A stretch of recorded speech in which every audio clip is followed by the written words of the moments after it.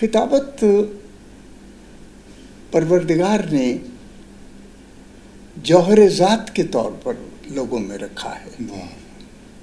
तरबियत से उसके नोक पलक तो दुरुस्त हो सकते हैं जी, नोक पलक, यानी इसकी तराश खराश तो आप कर सकते हैं, लेकिन उस जौहर को पैदा नहीं किया जा सकता।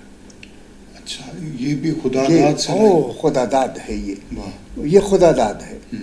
आदमी मुतकल्लिम हो सकता है जी, अफलातून मुतकल्लिम है, अरस्तु मुतकल्लिम है, अबू अली मुतकल्लिम है, मैं मानता हूँ। शिवली मुतकल्लिम है, अब्दुलसलाम नदवी खतीब नहीं थे, खिताबत करते ज़रूर थे, मुतकल्लिम है।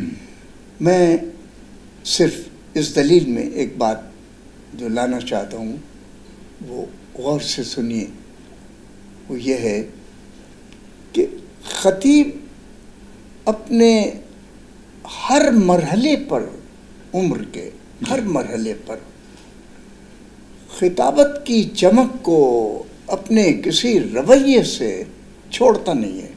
अच्छा, अपने लफ्ज़ को मानी देने के लिए अपने आज़ा का इस्तेमाल करता है। भाई बहुत वाह वाह वाह, खतीब जी अपने लफ्ज़ों को मानी देने के लिए अपने आज़ा का इस्तेमाल करता है। रासुल रईसुल जिस्म, सर, इसका इस्तेमाल करता है। आँखों का इस्तेमाल करता है। बेशक, बिल्कुल। मुझे याद आया इस कहानी में एक किरदार। मेरी ज़िंदगी लाहौर की बड़ी चलती फिरती, भागती दौड़ती, कूदती उछलती फानती, बड़ी लहलहाती कूदती ज़िंदगी है मेरी, कूदती फानती ज़िंदगी।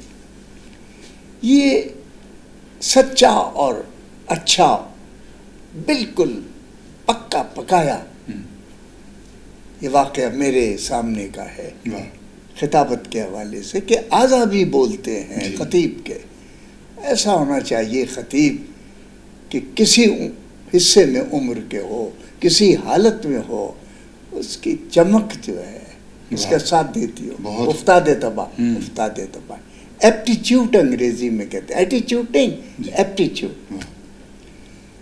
एक बहुत बड़े लीडर थे, मजदूर लीडर, मिर्ज़ा मोहम्मद इब्राहिम।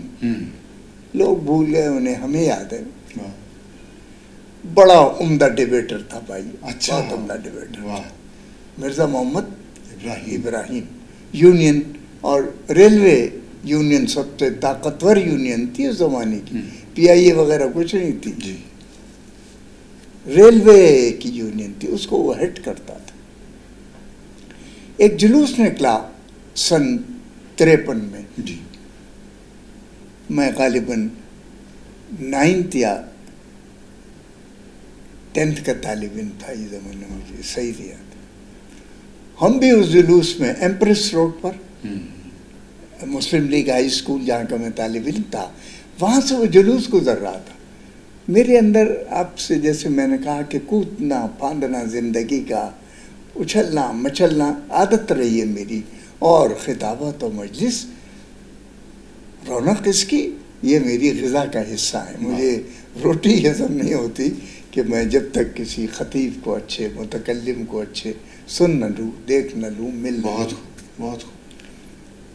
मैं भी साथ हो लिया उस जुलूस के, जो रेलवे हेडक्वार्टर से, स्कूल के बिल्कुल बराबर रेलवे हेडक्वार्टर, वहाँ से निकला था।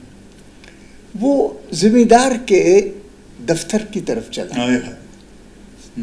ज़मींदार का दफ्तर तकरीबन मैक्लो रोड स्टेशन, रेलवे स्टेशन के दरमियान में पुलिस लाइन है रेलवे की, उसके बराबर एक बिल्डिंग थी, ज़मींदार बिल्डिंग कहलाती थी, ज़मींदार होटल भी कहलाता था।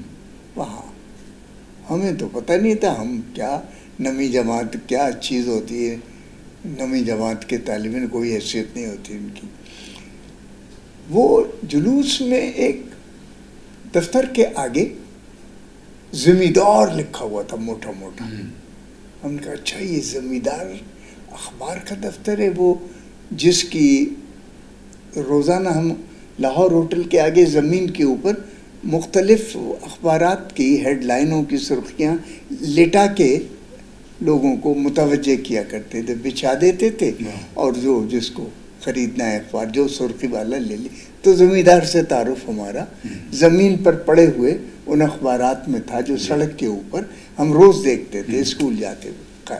ज़मींदार, हमने ऊपर छज्जे के ऊपर देखा एक बड़ा बूढ़ा सा आदमी, खशखशी, छोटी दाढ़ी, टोपी लगाए हुए, मेरे साथ।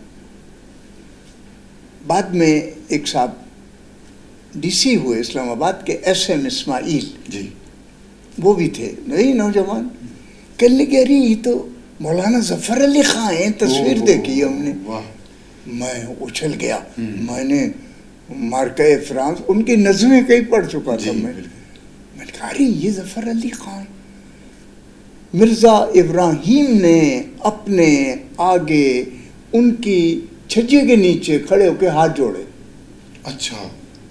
कहा सरकार कुछ हमारे बारे में भी कहिए। तो राशा था उनके बताए जफ़र अली खान, जिसकी आवाज़ से वक़ारे बरतानिया दहल जाता था। ओहो। वो कुर्सी से उठा। अच्छा। कुर्सी से उठा और फिर उसी कुर्सी में थोड़ी देर के बाद गिर पड़ा। मैंने देखा अख्तर अली खां, उनके बेटे, बड़े मोटे ताजे थे, वो पीछे से आए और जफ़र अली खां को उन्होंने उठाया। मिर्ज़ा इब्राहिम ने फिर हाथ जोड़े और जफ़र अली खां ने जिस अंदाज से, मैं कहता हूँ, देखा है मजमे को, वो सारी तकरीर का लुब्बे लुबाब वही था कि तुम आगे बढ़ो और अपनी मुहिम में तुम कामयाब हो जाओगे। सिर्फ देखने से इबारत का पता चलता। क्या बात है, क्या बात है। देखने से आप कहेंगे बड़ी अजीब सी बात कह रहे हैं, यानी खतीब की आंखें भी, आंखें, चेहरे की कामत, यानी उसका खड़ा होना, जिस्म का सालिम होना, ये बतला रहा है।